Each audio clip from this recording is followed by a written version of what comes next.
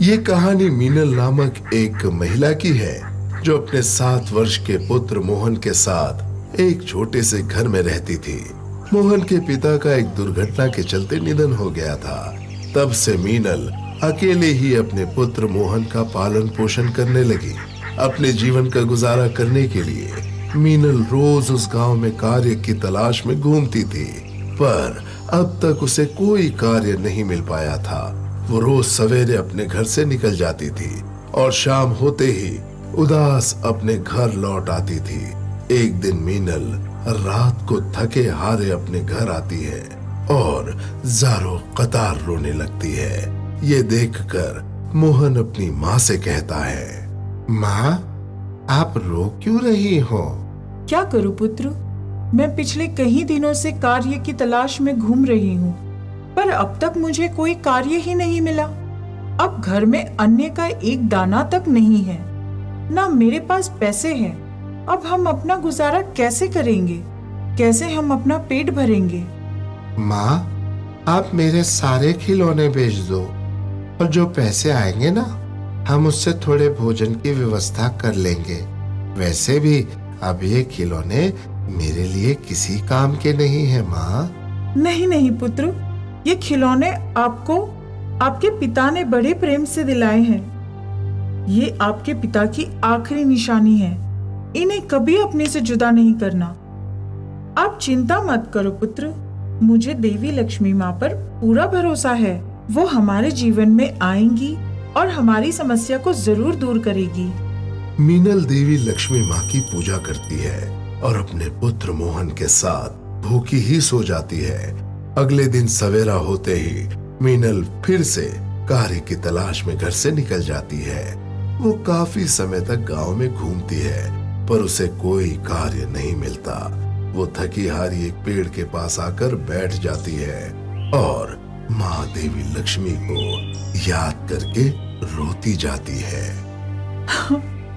माता लक्ष्मी, मुझ गरीब की सहायता कीजिए।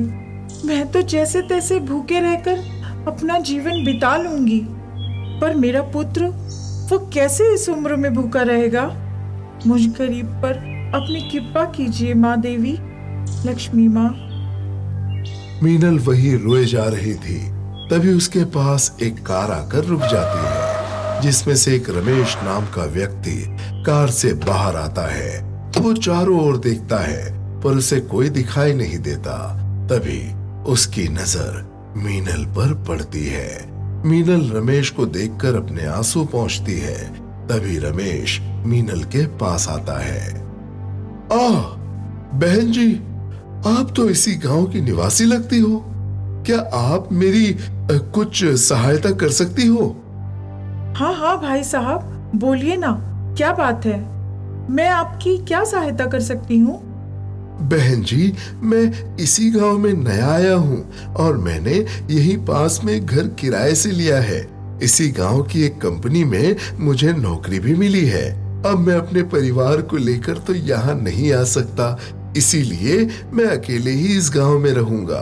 अब समस्या ये है कि मुझे खाना बनाना नहीं आता और ना ही मैं कभी होटल का बना खाना खा पाता हूँ। अगर आपके गांव में कोई हो जो मेरे लिए घर का खाना बना दे, समय का गर्मा गर्म भोजन मुझे ला कर दे दे, तो मैं उसे उसके बदले पैसे भी दूंगा।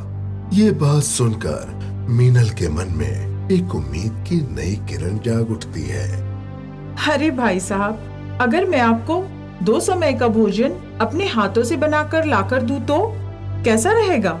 मैं यहीं पास में रहती हूँ। मीनल अपने बारे में सारी बातें रमेश को बताती है और आखिर में रमेश मीनल की बात मान लेता है और वो मीनल को अपना घर बताकर उसे कुछ पैसे देता है। जिसके बाद अगले दिन से सवेरे और शाम को मीनल खुद अपने हाथों से खाना बनाती थी और रमेश के घर उसे दे आती थी। मीनल के हाथों का स्वाद भरा भोजन करके रमेश बहुत खुश हो जाता था और वो उस भोजन के बदले मीनल को कुछ पैसा भी देता है, जिससे मीनल अपना गुजारा करने लगती है। एक दिन सवेरे मीनल रमेश के लिए भोजन बनाती है। और एक टिफिन में बांधकर रमेश के घर जाने लगती है। तभी रास्ते में एक पेड़ के पास मीनल को एक बूढ़ी महिला दिखाई देती है जो अपने पेट को हाथ लगाए बैठी थी। ये देखकर मीनल उस बूढ़ी महिला के पास जाती है। क्या हुआ अम्मा, कोई तकलीफ है आपको? आप ऐसे पेट को हाथ लगाए अकेली यहाँ क्यों बैठी हो? बेटिया, पिछले 4 दिनों से मैंने कुछ नहीं खाया है। अब तो पेट में भी बहुत तेज दर्द होने लगा है। अगर आपके पास थोड़ा भोजन हो तो मुझे दे दो। अरे अब मैं क्या करूं? ये भोजन तो मैं रमेश भाई को देने जा रही हूँ और यहाँ ये अम्मा भी भूखी है। चलो मैं थोड़ा भोजन अम्मा को खिला देती हूँ। बेचारी गरीब बेसहारा दिखाई देती है। अगर ये थोड़ा भोजन खा लेगी तो इनका दर्द मिट जाएगा। अम्मा, ये लो, आप भोजन कर लो। इस खाने के बाद आपका पूरा दर्द खत्म हो जाएगा और आपका पेट भी भर जाएगा। मीनल अपना टिफिन खोलती है और बूढ़ी महिला को देती है। वो बूढ़ी महिला जल्दी से पूरा भोजन खा जाती है। बेटिया, मुझे और भूख लगी है, मेरे लिए थोड़ा भोजन और लाओ। अरे ये अम्मा ने तो पूरा भोजन खा लिया। चलो कोई नहीं, मैं अम्मा के लिए और गर्मा गर्म भोजन बनाकर लाती हूँ। बेचारी कई दिनों से भूखी है, लगता है कभी इनकी भूख मिटी ही नहीं। मीनल घर जाती है, फिर से गर्मा गर्म भोजन बनाती है।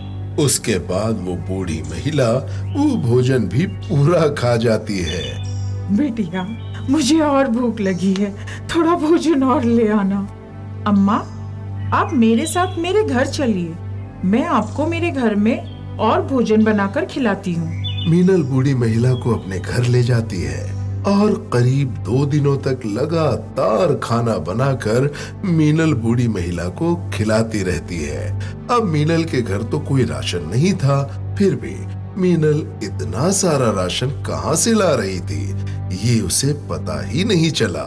ना उसके दिमाग में ये बात आई। वो भोजन बनाती थी और बूढ़ी महिला को खिलाती जाती थी। देखते ही देखते 8 दिन गुजर जाते हैं।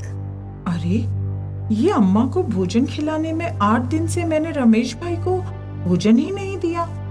वो तो हर रोज मेरे आने की राह देखते जा रहे होंगे। क्या पता उन्होंने किसी और के घर भोजन का कह दिया हो।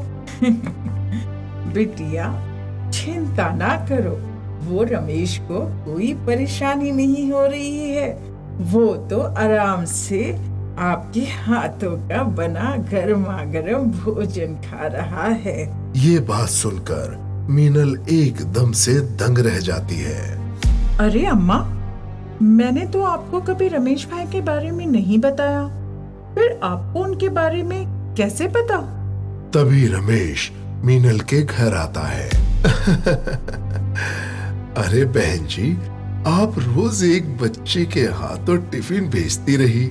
मैं कब से उस बच्चे को पैसे दे रहा हूँ, पर वो बच्चा हर रोज कहता है कि आप मीनल को दे देना पैसे। इसीलिए आज मैं खुद आ गया आपको पैसे देने के लिए। आप भी मेरे घर नहीं आ रही थी तो मैं खुद चला आया।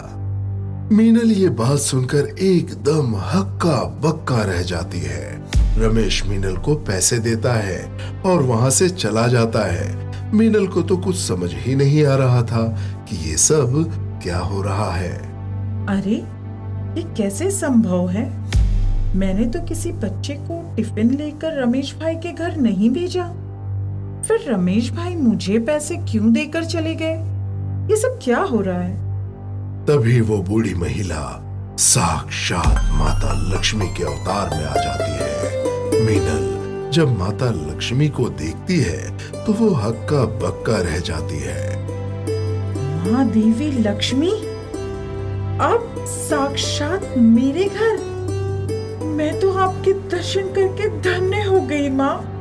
अब मुझ गरीब के घर। मीनल, आपकी परेशानी देखकर ही मैं बूढ़ी महिला के अवतार में आपके घर आई, ताकि मैं आपकी सारी समस्या दूर कर सकूं। आप अपने जीवन में काफी परेशान थी, इसीलिए मैं स्वयं आपका कष्ट दूर करने आई हूँ। तो ये सब आपका चमत्कार था माँ। मैं तो धन्य हो गई माँ। उसके बाद माता लक्ष्मी वहां से गायब हो जाती है। ये देखकर मीनल बहुत खुश हो जाती है। उसके बाद मीनल के घर कभी राशन खत्म ही नहीं होता था। वो जितना राशन भोजन बनाने में इस्तेमाल करती थी, उतना राशन उसके घर अपने आप आ जाता था। ये चमत्कार देखकर मीनल अपने जीवन में बहुत खुश रहने लगी और अपने पुत्र के साथ एक हंसी खुशी जीवन बिताने लगी।